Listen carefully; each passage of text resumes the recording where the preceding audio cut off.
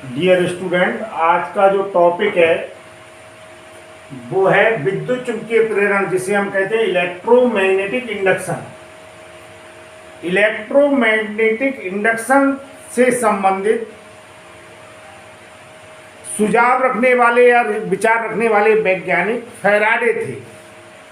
आपको मैंने बता चुका हूं पिछले वीडियो में, ऑस्टेड नामक वैज्ञानिक ने प्रयोग के द्वारा ये पता लगाया कि किसी चालक तार में विद्युत धारा प्रवाहित करने पर उसके आसपास एक चुंबकीय क्षेत्र उत्पन्न हो जाता है।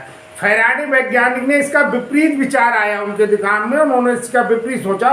उन्होंने विचार किया, इसका अर्थ ये है कि विद्युत धारा के कारण भी चुंबकीय क्षेत्र को उत्पन्न होना चाहिए। तो फैराडे ने अपना जो एक्सपेरिमेंट किया, उस एक्सपेरिमेंट में उन्होंने कॉइल ली, कुंडली, और कुंडली के साथ क्या किया, इस कुंडली के साथ एक धारामापी कनेक्ट कर दिया, जोड़ दिया। तो सबसे पहले उन्होंने क्या किया, उन्होंने 4 स्थितियों में अपने एक्सपेरिमेंट को दिखाया। पहले में उन्होंने एक चुंबक लिया और चुंबक को कुंडली के पास लाए। तो चुंबक को कुंडली के पास लाने पर जो धारामापी लगा हुआ है, धारामापी की निडिल थी अपने स्थान से क्या हुई, विक्षेपित हो गई। हम इस प्रकार से कह सकते हैं कि धारामापी में विक्षेप आ गया। दूसरी कंडीशन में उन्होंने जो चुंबक है, चुंबक को क्या किया, कुंडली से दूर ले गए। तो कुंडली से दूर ले जाने पर उन्होंने देखा धारामापी में विक्षेप आया, लेकिन जो धारामापी का विक्षेप था वो पहले से विपरीत दिशा में था।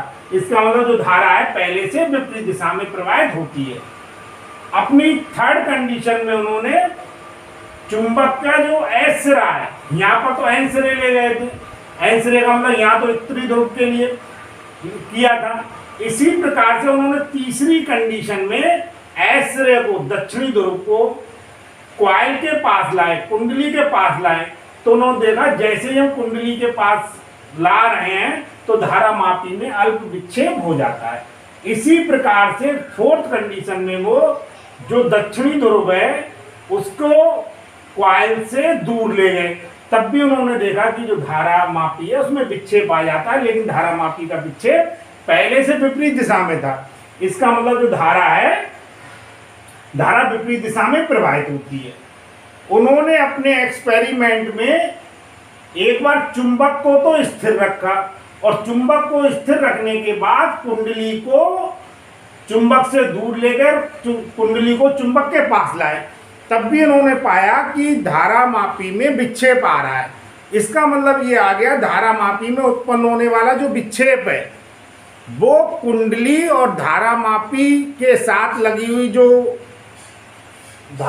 कुंडली और जो चुंबक है उनके बीच जो सापेक्ष गति होती है वो इस बात पर निर्भर करती है। वह इस बात पर निर्भर नहीं करती है चुंबक और कॉइल में से या कुंडली में से कौन गतिमान है। चाहे कुंडली गतिमान हो और चुंबक स्थिर रहे, या चुंबक गतिमान और कुंडली स्थिर रहे, दोनों स्थितियों में सापेक्ष गति के कारण उन्होंने देखा धारामापी में विक्षेप आ रहा है।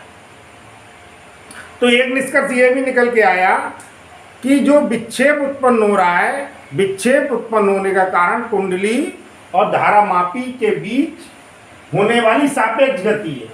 अगर चुंबक और कुंडली के बीच सापेक्ष गति ना हो, अगर चुंबक अपने स्थान पर स्थिर रहे और कुंडली भी अपने स्थान पर स्थिर रहे, तो उन्होंने देखा धारामापी में कोई विक्षेप नहीं आता है। धारामापी में विक्षेप उसी समय तक आ रहा था जब तक दोनों में से कोई एक गतिमान अवस्था में था या उनके बीच सापेक्ष गति हो रही थी।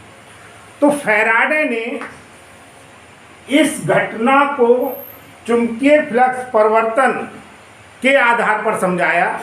चुंबकीय फ्लक्स परिवर्तन के आधार पर ऐसे समझिए, कुंडली से होकर गुजरने वाली जो चुंबकीय बल रेखाएं, उन्हें हम क्या कहते हैं, फ्लक्स रेखाएं कहते हैं या चुंबकीय फ्लक्स कहते हैं। तो उन्होंने बताया जब हम किसी चुंबक को कुंडली के पास लाते हैं तो चुंबक को कुंडली के पास लाने पर कुंडली से होकर गुजरने वाली जो चुंबकीय फ्लक्स है या चुंबकीय फ्लक्स रेखाएं हैं उनकी संख्या क्या होती है, बढ़ जाती है। और जब हम चुंबक को कुंडली से दूर ले जाते हैं तो चुंबक से होकर गुजरने वाली चुंबकीय फ्लक्स रेखाओं की संख्या कम हो जाती है। इस प्रकार चुंबकीय फ्लक्स में क्या होता है, परिवर्तन होता है, और चुंबकीय फ्लक्स में परिवर्तन होने के कारण कुंडली में एक विद्युत भाग बल उत्पन्न हो जाता है, जिसे हम प्रेरित विद्युत भाग बल कहते हैं, और इसके कारण जो धारा प्रवाहित होती है उसे हम प्रेरित धारा कहते हैं। तो विद्युत चुंबकीय प्रेरण की घटना में अगर हम बताना चाहें तो हम कह सकते हैं चुंबकीय फ्लक्स में परिवर्तन के कारण कुंडली के अंदर विद्युत भाग बल उत्पन्न हो जाने की जो घटना है उसे ही हम विद्युत चुंबकीय प्रेरण कहते हैं। शॉर्ट में अगर एक नंबर में हम इस तरीके से मैंने आपको बता सकते हैं कि कुंडली से होकर गुजरने वाले चुंबकीय फ्लक्स के मान में परिवर्तन होने पर प्रेरित विद्युत भाग बल या प्रेरित धारा उत्पन्न होने की जो घटना है वही विद्युत चुंबकीय प्रेरण कहलाती है। यदि आपको ये वीडियो पसंद आया हो तो इसे लाइक करें, अधिक से अधिक शेयर करें और मेरे चैनल को सब्सक्राइब करें, जिससे आपको अन्य फिजिक्स से संबंधित वीडियो भी मिल जाए। धन्यवाद।